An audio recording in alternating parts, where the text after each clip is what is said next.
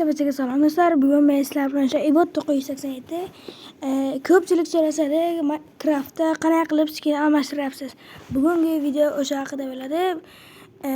Birinchi siz Google Play ga kirasiz, Play Marketga qidiruvga kirasiz va bu yerda World of Skin deb yozasiz. Mana buncha boshda chiqadi, shuni bosasiz va mana shu ilova chiqadi. Va buni o'rnatasiz. Mana do'stlar, o'rnatilyapti. O'rnatilgandan keyin shunga kirasiz.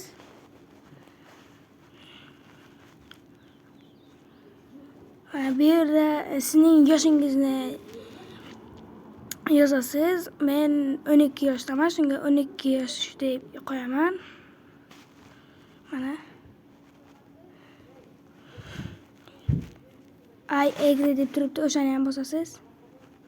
Mana keyin mana bu yerdan istagan skiningizni tanlab olasiz. Mana bu yerda yozuvcha ham bor. Mana shu yerdan istagan odamingizni ismini yozasiz. Misol uchun artefakt.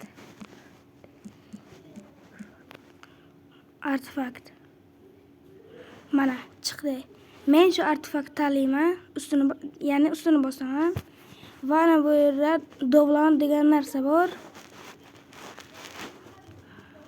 Do'blonni bosasiz va keyin to gallery chiqadi. To Minecraftni bosmang. Mana bu narsani bosing.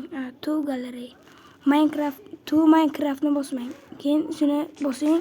Reklama bo'ladi. Buni kuting.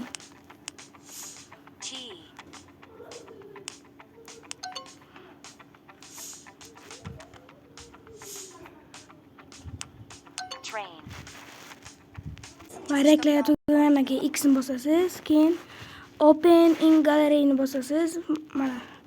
Mana shuni Open in Gallery. Keyin unda o'tkazasiz.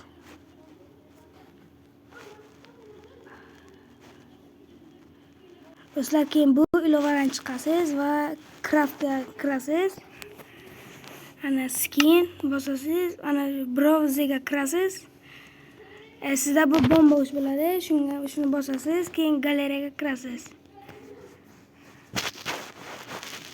Va sizda shunday chiqadi. Do'stlar, bosin. Mana shuni keyin o'sha rasmning ustini bosasiz, mana. Keyin shu Steve'ni bosasiz. Mana do'stlar, sizning skiningiz almashdi. Yoqqan bo'lsa like va obuna tugmasini bosib keting.